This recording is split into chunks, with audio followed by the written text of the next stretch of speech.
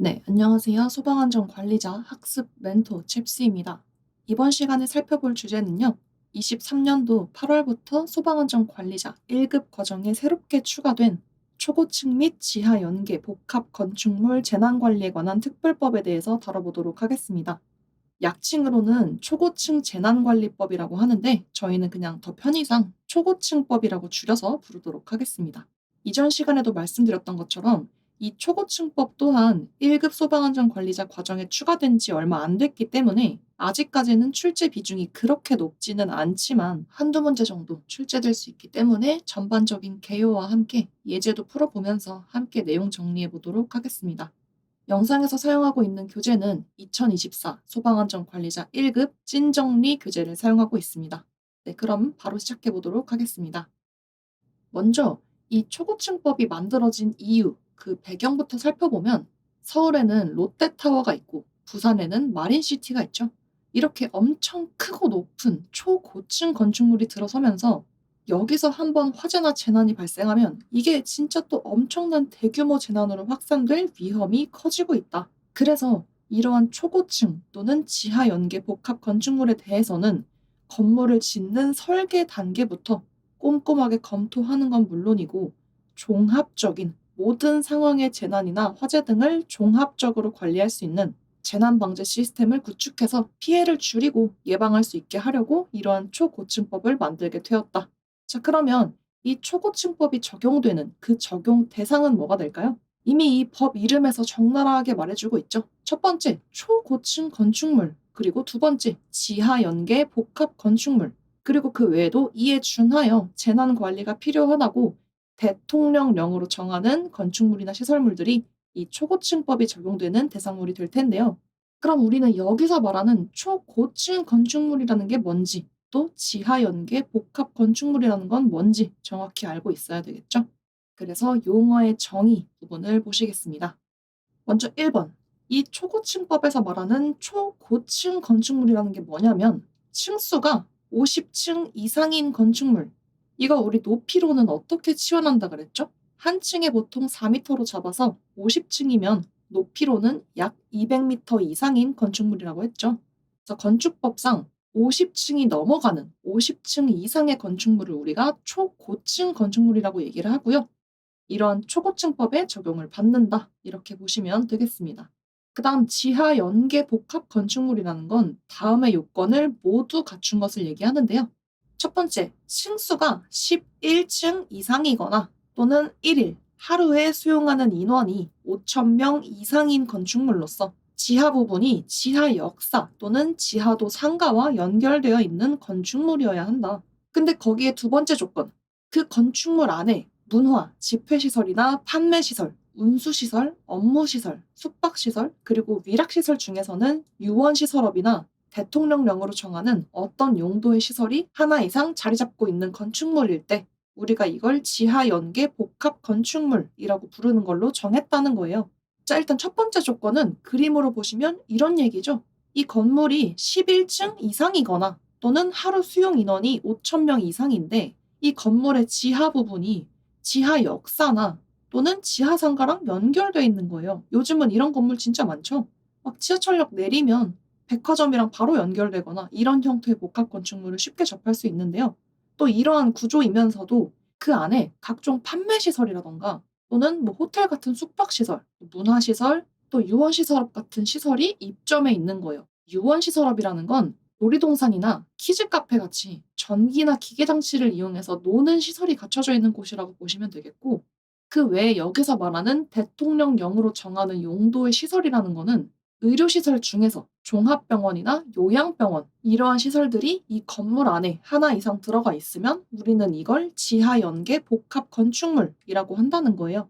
그니까 뭐 롯데월드 이런 것도 지하랑 연결돼 있는 유한시설업으로 볼 수 있겠고, 또 아까 말씀드린 것처럼 백화점이나 호텔이 들어가 있는 건물인데 지하랑 연결돼 있는 이러한 구조물이면 지하 연계 복합 건축물로 볼 수 있겠죠?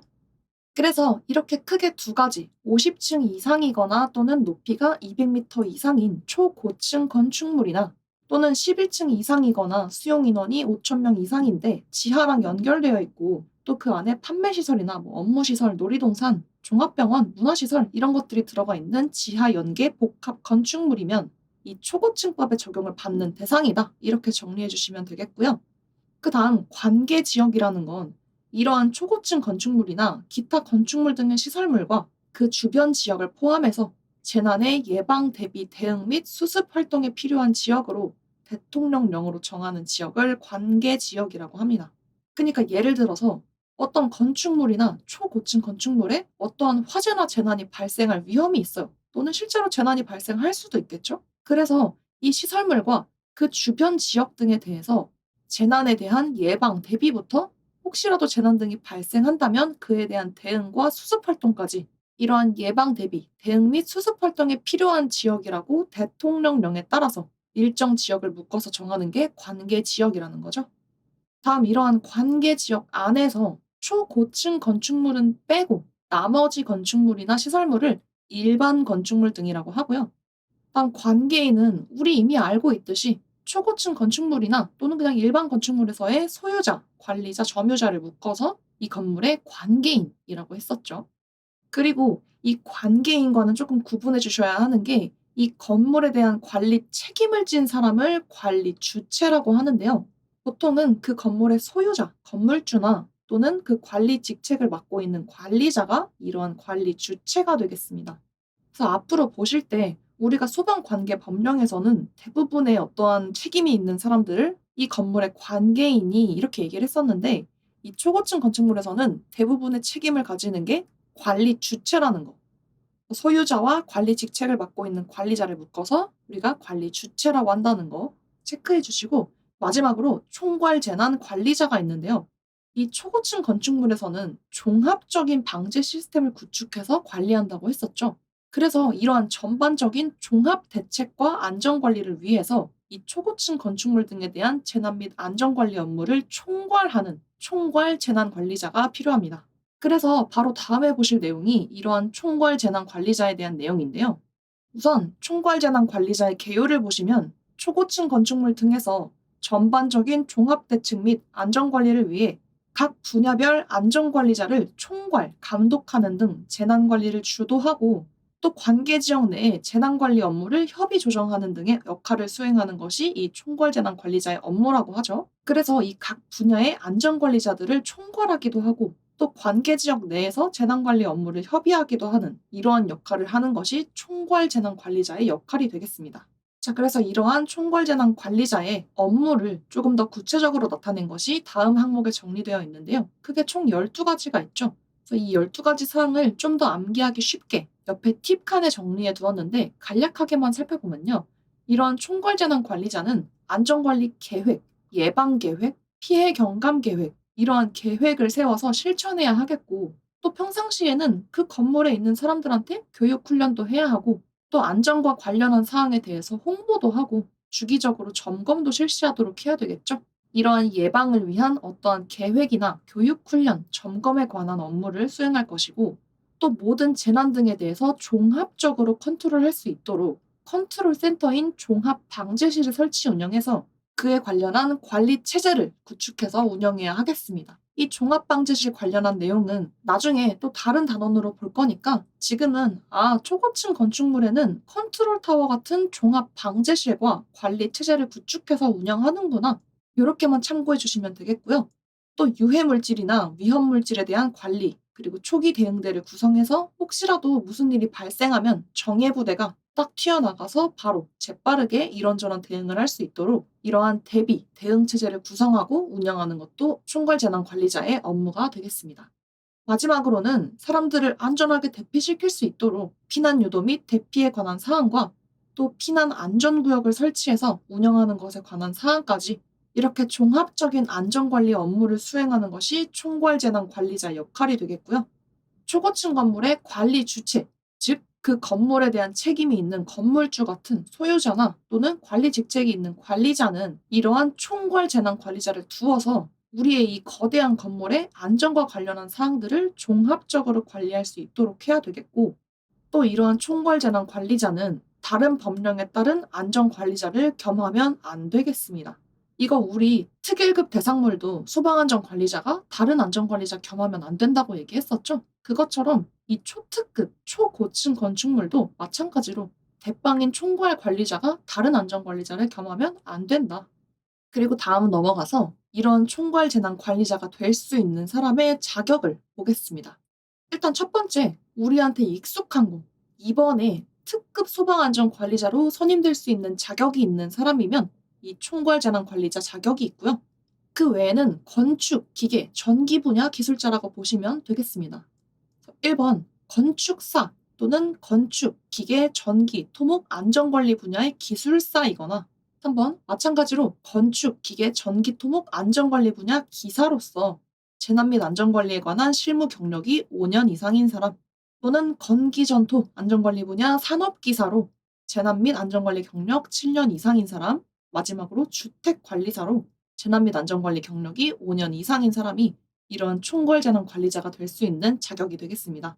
총괄재난관리자 누가 될 수 있다고요? 특급 소방안전관리자나 또는 건축사, 기술사이거나 또는 건기전토 기사 또는 주택관리사로 재난관리 경력 5년, 산업기사는 7년 이상인 사람이다.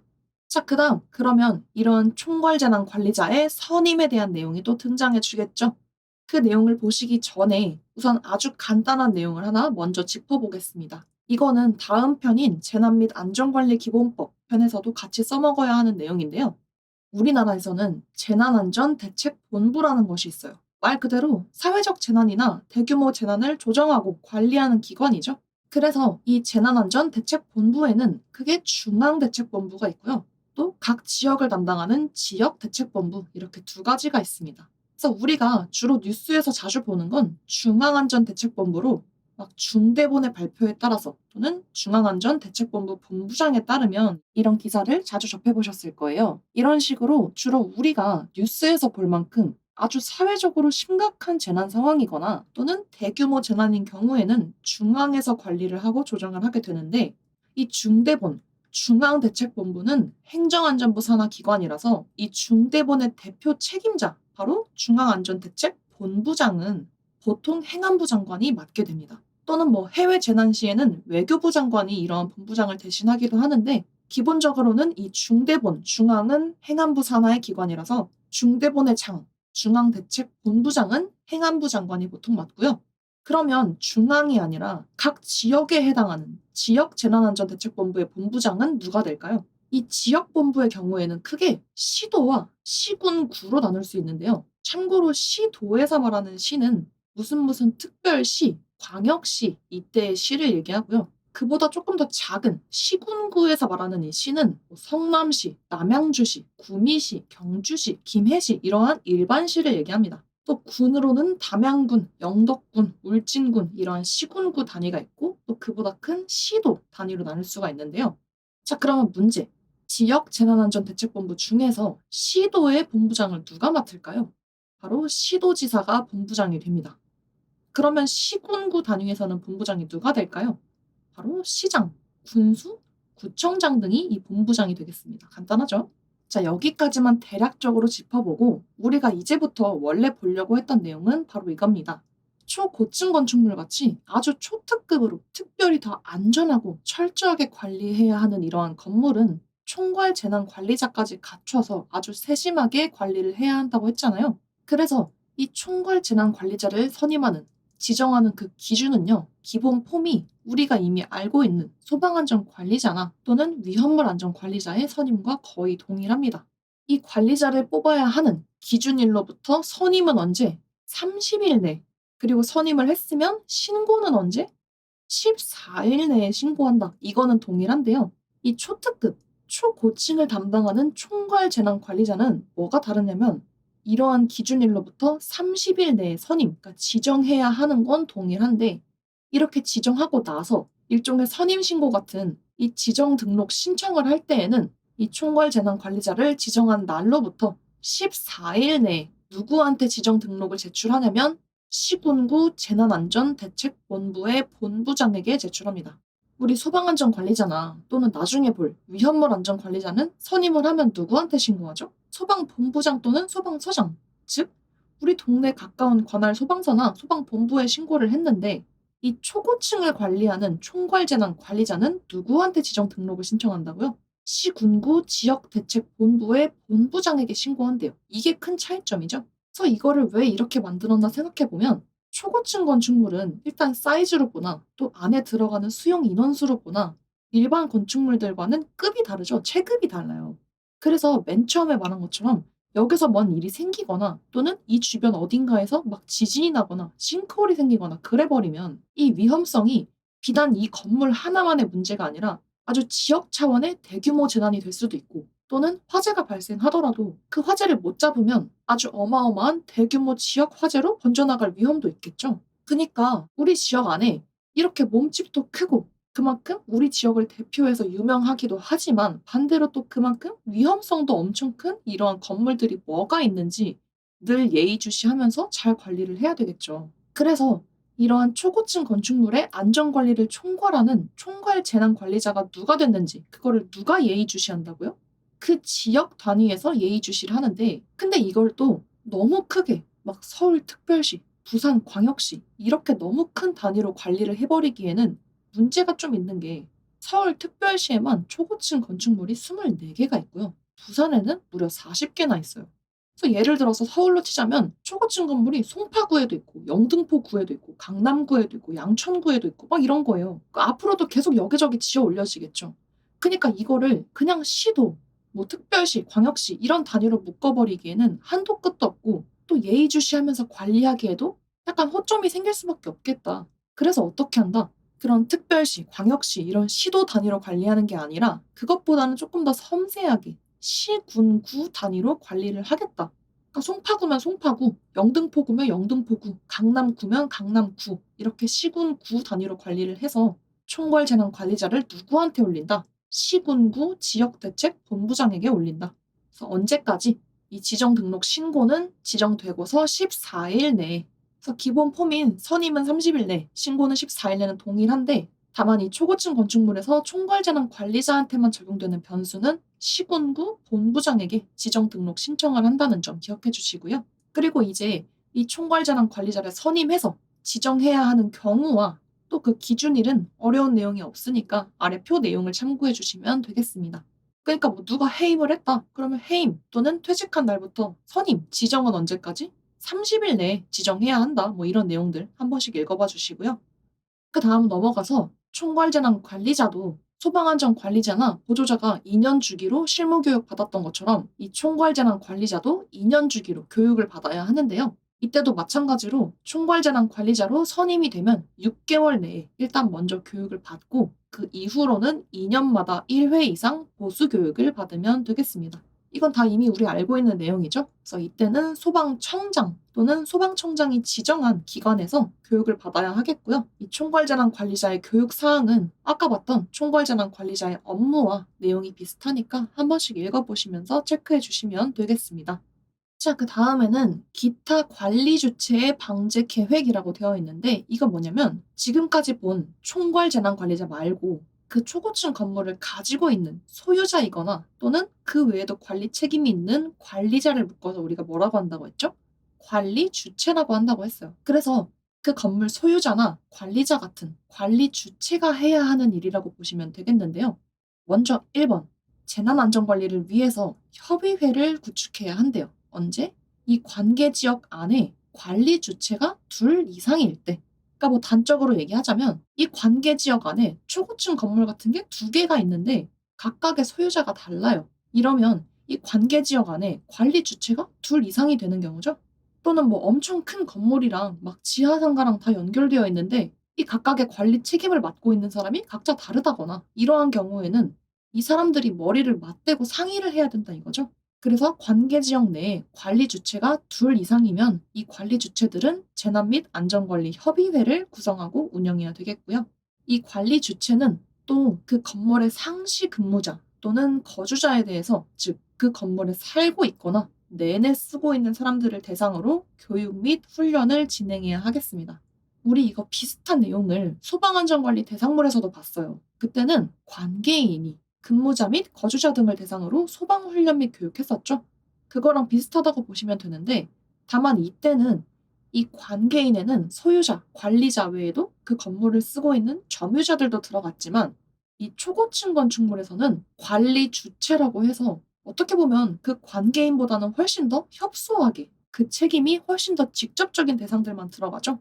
점유자들은 빼고 소유자와 관리 책임이 있는 관리자를 관리 주체라고 한다는 얘기죠. 그래서 이러한 초고층 건축물 등에서의 교육 훈련에 대한 책임은 점유자는 포함되지 않는 관리 주체에게 실시 책임이 있는 거고, 이 점유자까지를 포함하는 관계인들, 그리고 상시 근무자 또는 거주자 등을 대상으로 해서 이 교육 및 훈련을 실시해야 한다. 누가? 관리 주체가. 그래서 이러한 소유자나 관리자, 관리 주체는 교육 및 훈련을 1년에 한 번 이상, 매년 1회 이상 실시해야 하는데, 여기서 또 하나 특이점이 있어요. 이러한 초고층 건축물 등에서 교육 및 훈련을 할 때는 그 대상에 따라서 교육 사항이 약간 차이가 있다면서 굳이 이걸 또 나눠 놨는데요. 그냥 간단하게 보자면 그 건물의 관계인이거나 상시로 근무하고 있는 사람들은 단순히 내 몸 하나 피하는 거 말고도 사람들을 대피시키고 막 신고도 하고 이러한 책임이 있겠죠. 왜냐면 내가 이 초고층 건물에서 일하는 사람이거나 또는 무슨 책임이 있거나 그러면 우리 가게에 지금 들어와 있는 손님들까지 같이 대피를 시키고 비상시에는 빠릿빠릿하게 움직일 수 있도록 평소에 배워놔야 할 텐데, 그에 비해서 나는 그냥 여기 사는 거주자일 뿐이에요. 난 여기서 잠만 잔다. 그러면 나 하나만 잘 피하면 돼요. 그쵸? 그래서 표 아래쪽에 거주자에 대한 교육 및 훈련 사항을 보시면 그냥 그 얘기예요. 나만 잘 피하면 된다. 그러니까 잘 피하려면 우리 건물의 피난 안전 구역은 어디에 있는지, 또 가장 가까운 피난층으로는 어떻게 대피를 하는지, 그리고 내 재산도 지켜야 하니까 피해를 줄일 수 있는 사항이 있다면 그것도 알아두고, 다만 만약에 내가 거주자인데 입점에 있는 입점자이기도 하다. 그러면 이때는 테러 예방 같은 대응 활동까지는 알아두자. 이런 것들을 교육 훈련 시간에 배워두면 되겠고, 단순 거주자가 아니라 관계인이거나 또는 상시 근무하는, 내가 여기서 사람들을 상대하면서 일하는 사람이거나 또는 이 건물에 관계된 책임이 있는 사람이라면 여기에 쓰여 있는 7가지 사항들처럼 신고도 하고, 화재가 났다고 그러한 사실도 전파도 하고 통제하고 수습하고 사람들을 대피시키는 등 이러한 일들을 빠릿빠릿하게 수행할 수 있도록 교육 훈련을 해야 한다. 이렇게 그냥 쭉 읽어보시면 크게 어려운 건 없겠습니다. 그다음 동그라미 2번 보시면 교육 훈련에 대한 장비와 교재 같은 거 누가 갖춰야 할까요? 관리 주체가 챙겨야 한다. 관계인 아니죠? 초고층 건축물에서는 직접적인 책임이 누구한테 있다고요? 관리 주체가 이 교육 및 훈련을 실시해야 하는 책임이 있는 사람들이니까 필요한 교재나 장비도 관리 주체가 갖춰야 되겠고, 다음 3번도 주의 깊게 봐주세요. 이 교육 훈련을 매년 한다고 했는데 그럼 내년에는 어떻게 할 건지를 계획을 세워서 제출을 해야 된대요. 자, 이것도 누가 제출할까요? 이 교육 훈련 계획서를 제출하는 것도 관리 주체가 합니다. 관리 주체가 제출을 하는데 누구한테 제출할까요? 이때도 우리 건물을 예의주시하는 시군구 본부장에게 제출합니다. 그리고 제출 기한도 정해져 있어요. 언제까지? 크리스마스 되기 열흘 전까지 12월 15일까지 매년 제출해야 하겠습니다. 자, 그림으로 다시 볼게요. 초고층 건축물 등에서 교육 훈련을 매년 해야 되는데 내년에 다음 연도의 훈련 계획을 짜서 제출할 거예요. 누가? 관리 주체가. 누구한테 제출해요? 시군구 본부장한테. 언제까지? 12월 15일까지. 되셨죠?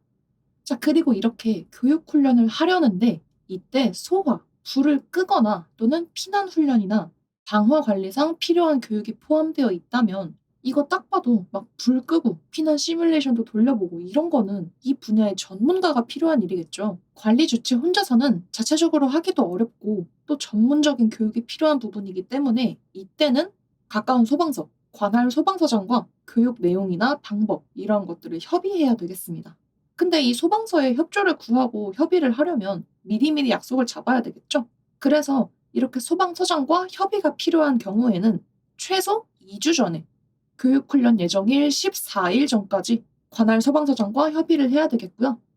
이렇게 저렇게 해서 이 교육훈련이 잘 끝났어요. 그러면 그에 대한 실시 결과를 작성해서 또 제출을 해야 합니다.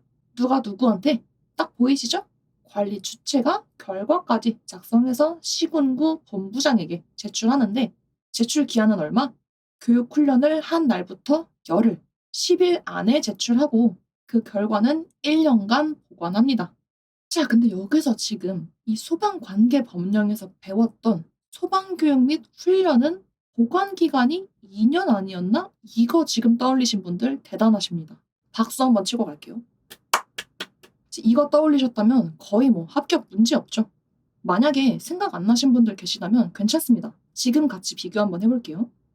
우리 소방교육 및 훈련은 결과를 제출하는 경우가 특급 또는 1급일 때 그 실시 결과를 소방본부장 또는 소방서장에게 30일 안에 제출해야 했고요. 소방안전관리 대상물에서 관계인은 이 결과를 제출하건 안 하건 간에 2년간 자체 보관해야 했습니다. 그러니까 소방에서는 보관 이런 거 나오면 무조건 2년이었는데 지금 보시는 이 초고층법을 받는 초고층 건축물은 교육 훈련을 하겠다는 계획도 제출하고 훈련을 하고 나서는 결과도 제출을 해야 되는데 누구한테 제출한다? 스케일이 커졌어요. 시군구 본부장에게 제출해요. 그리고 기한도 짧아졌죠. 열흘 안에, 10일 안에 제출해야 된다. 자, 이렇게 빡센 일 누가 해요? 초고층 건축물의 관리 주체가 해야 하고 이때 이 훈련 결과는 얼마 동안 보관한다? 1년간 보관한다는 거. 이러한 차이점 잠깐 살펴봤고요. 다시 초고층으로 돌아와서 그러면 이제 이 시군구 본부장이 실시 결과를 받았죠? 그러면 어떻게 하냐면 관할 소방서장에게 이 결과를 10일 내로 통보합니다. 자, 그림 다시 한번 볼게요.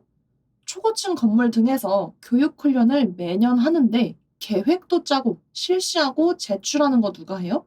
관리 주체가 합니다. 그래서 계획은 12월 15일까지 짜서 시군구 본부장에게 제출하고 결과도 마찬가지로 시군구 본부장에게 제출하는데 이때는 열흘 안에 제출해야 됐죠. 그리고 결과는 1년간 보관하고요. 이 결과를 받은 시군구 본부장은 그러면 다시 이 결과를 소방서장에게 통보를 하는 거예요. 그러니까 사실상 이 초고층 건물에서는 관리 주체가 소방서장과 협의가 필요해서 2주 전에 저희 좀 도와주세요 하는 것 말고는 이 결과를 내내 어쩌네 하는 동안 소방서장을 직접 마주할 일이 없죠. 이 초고층의 관리 주체는 누구한테 제출해요? 시군구 본부장이라는 거. 자, 그리고 마지막 초고층 건물에서 교육 훈련을 하려는데 어떤 지원이 필요해요. 그러면 여기에 비용을 턱턱 대주고 지원해 줄 수 있는 이러한 권한이 누구한테 있냐면 소방에서 대빵 누구시죠? 소방청장 또는 그 지역 단위에서 재난관리 대빵 누구라고요? 시도 본부장. 시도가 더 큰 단위라고 했으니까. 이렇게 소방청장 또는 시도 본부장급이 되면 초고층 건물 등에서 교육 훈련할 때 지원을 턱턱 해줄 수 있다. 자, 여기까지 관리 주체의 방제 계획, 그리고 초고층 건물 등에서의 교육 훈련 내용이 조금 많아 보이긴 하는데 그림이랑 같이 보시면서 꼭 복습해 주시고요. 자, 그 다음에 볼 내용들은 너무 간단해서 재빠르게 보고 넘어갈게요. 초고층 건축물 등의 관리 주체는 가스, 전기, 승강기, 어린이 놀이시설 이러한 관련 법에 따른 정기검사, 안전점검을 통합해서 하려고 해요. 그러니까 정기점검해야 되는 사항들을 통합해서 점검하려고 하는 경우에는 그에 대한 계획을 세워서 희망하는 날짜의 30일 전까지, 한 달 전까지 시도본부장 또는 시군구 본부장에게 신청서를 제출해서 요청해야 한다. 그러니까 통합점검을 하고 싶으면 30일 전까지 시도본부장이나 시군구 본부장에게 신청해서 올려야 한다. 간단하죠? 넘어가서요. 초고층 건축물에서는 혹시라도 무슨 일이 나면 신속하게 초기 대응을 할 수 있는 초기 대응대를 꾸려서 운영해야 하는데요. 이 초기 대응대는 상주하는 인원, 그 건물에 늘상 있는 사람으로다가 몇 명 이상, 5명 이상의 관계인으로 구성해야 합니다. 초기 대응대는 상주 인원으로 5명 이상의 관계인, 그리고 총괄재난관리자는 이러한 초기 대응대를 대상으로 교육 및 훈련을 매년 1회 이상 실시해야 한다. 간단한 내용이었고 나머지 사항들은 한 번씩 가볍게 읽어봐 주시면 되겠고요. 넘어가서 다음 피난안전구역입니다. 이 피난안전구역은 부득이 1층이나 지상으로 갈 수가 없는 상황일 때 임시로 대피해 있을 수 있는 말 그대로 비교적 안전한 구역을 피난안전구역이라고 하는데요. 이 초고층 건물은 건물이 워낙 높다 보니까 높은 층에 있거나 아니면 불이 아래쪽에는 이미 다 번져서 내려갈 수가 없는 상황이라면 이러한 피난안전구역으로 대피를 해야 되겠죠. 그래서 초고층 건축물에서는 피난안전구역을 확보해야 하는데 각 건물의 타입과 층별로 이러한 피난안전구역의 설치 기준이 따로 있어서 표와 그림으로 같이 보겠습니다. 먼저 50층 이상의 초고층 건물에서 피난안전구역을 설치하는 기준입니다. 피난층 또는 지상층으로 통하는 직통 계단과 직접 연결되는 피난안전구역을 지상층으로부터 최대 30개 층마다, 그러니까 30개 층 이내마다 한 개소 이상을 설치할 것. 자, 그림으로 보시면 이 건물의 어디에서도 피난층이나 지상으로 바로 직통으로 통하는 직통 계단이 이렇게 있겠죠. 그러면 이 건물이 50층 이상의 건물일 때는 피난안전구역을 이 직통 계단과 직접 연결되도록 해야 하고, 이때는 지상으로부터 30개 층마다 설치를 해야 된다. 30개 층 이내로 피난안전구역을 설치해야 되겠습니다. 그러니까 만약에 건물이 90층짜리면 뭐 30층에 하나, 60층에 하나, 90층에 하나 이런 식으로 설치하게 되겠죠. 그래서 50층 이상의 초고층 건축물일 때는 직통 계단과 직접 연결되는 피난안전구역을 최대 30개 층 이내마다 한 개 이상 설치해야 되겠고요. 두 번째 케이스는 지하 연계 복합 건축물이에요. 줄여서 지연복이라고 할게요. 이 지연복은 11층 이상이거나 또는 하루 수용 인원이 5,000명 이상인데 지하 역사나 지하 상가랑 연결되어 있고, 또 그 안에 뭐 판매시설, 종합병원, 숙박시설, 놀이동산 이런 것들이 들어가 있는 게 이 지연복이라고 했죠. 그래서 이 지연복의 층수가 16층부터 29층일 때와 30층부터 49층일 때 이렇게 두 가지 경우로 나누는데요. 먼저 30층부터 49층까지일 때 피난안전구역을 설치하는 기준을 보겠습니다. 참고로 왜 30층이냐면 보통 30층 이상부터를 준초고층 건축물이라고 보기 때문인데요. 그러니까 초고층인 50층은 안 되지만 30층부터 50층의 초고층이 되기 직전인 49층까지는 초고층에 준한다 해서 준초고층으로 불러요. 그래서 이런 준초고층에서의 피난안전구역은 초고층과 비슷한데요. 역시나 피난층이나 지상으로 바로 통하는 직통 계단과 직접 연결되어 있는 피난안전구역을 설치하는데, 이때는 이 건물의 전체 층수에서 반을 뚱 하고 자릅니다. 2분의 1에 해당하는 층, 즉 절반을 댕강 자르고요. 그 위로 5개 층, 그 아래로 5개 층, 이 범위 내에 최소 하나 이상 설치하도록 합니다. 어렵지 않죠? 초고층은 30개 층마다 하나씩 설치했고, 준초고층 30층부터 49층은 절반을 뚱 자른 다음에 그 위아래로 5개 층 이내에 하나 이상을 설치한다. 자, 그 다음에는 16층부터 29층까지일 때, 16에서 29층일 때는 지상층별로 거주 밀도, 이 단위 면적 안에 거주하고 있는 사람들의 수, 그 밀도가 제곱미터당 1.5명을 초과하는 층은 해당 층의 사용 형태별로 묶어서 그 면적의 합의 10분의 1에 해당하는 면적을 피난안전구역으로 설치합니다. 그러니까 16에서 29층은 거주 밀도가 1.5명을 초과할 때 그 층을 쓰는 사용 형태별로 면적의 합계의 10분의 1만큼을 피난안전구역으로 해야 한다. 이렇게 층수별로 피난안전구역 설치 기준을 정리해봤고요. 마지막으로 초고층 건축물 등의 지하층이 어떤 특정한 용도로 사용되는 경우에 피난안전구역을 설치하는 기준을 보겠습니다. 여기서 말하는 특정 용도라는 거는 문화 및 집회시설, 판매시설, 운수, 업무, 숙박시설 또는 유원시설업, 아까도 얘기한 것처럼 놀이동산이나 키즈카페처럼 이러한 특정 용도로 사용되는 지하층의 경우에는 그 지하층에 피난안전구역을 설치해야 하는 면적 산정 기준이 따로 있는데, 그 면적 산정 기준에 따라서 피난안전구역을 설치하거나 또는 썬큰이라는 걸 설치해야 한대요. 이 썬큰이라는 게 뭐냐면 이런 식으로 원래는 지표면이 여기인데 이 지표면보다 더 아래쪽으로 공간을 만들어서 개방시켜 놓는 거예요. 그래서 뭐 광장이나 정원처럼 쓰이는 경우도 있는데, 이렇게 지표 아래쪽에 있는 공간으로 자연광도 쓸 수 있고 또 외부 공기에 개방되어 있는 사람들의 휴식이나 피난을 위해서 쓸 수 있는 공간을 썬큰이라고 하는데, 만약에 이 건물의 지하층이 여기서 말한 이러한 특정한 목적으로 사용되는 경우라면 이렇게 썬큰을 설치하거나 또는 일정한 면적 산정 기준에 따라서 피난안전구역을 설치해야 한다.